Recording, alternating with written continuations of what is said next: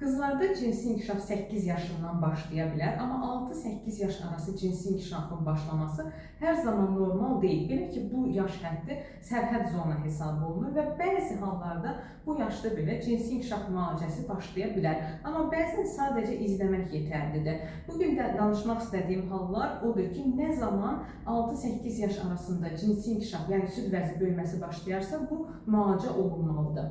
Əgər uşaq az çəki ilə dünyaya gəlibsə, əgər uşaq süni mayalanma ilə dünyaya gəlibsə, övladlığa götürülmüş uşaqdırsa, hər hansısa bir törəməyə bağlı cinsi inkişaf başlayıbsa, cinsi inkişaf sürətli gedirsə və yaxud da ailə anamnezində, ailənin qadın üzvlərində çoxunda, əksəriyyətində 10 yaşından tez menstruasiya öyküsü varsa və əgər uşağın boyunun geri qalma ehtimalı yüksəkdirsə, o halda cinsi inkişaf yaş normativlərinə baxmadan müalicə olunmalıdır.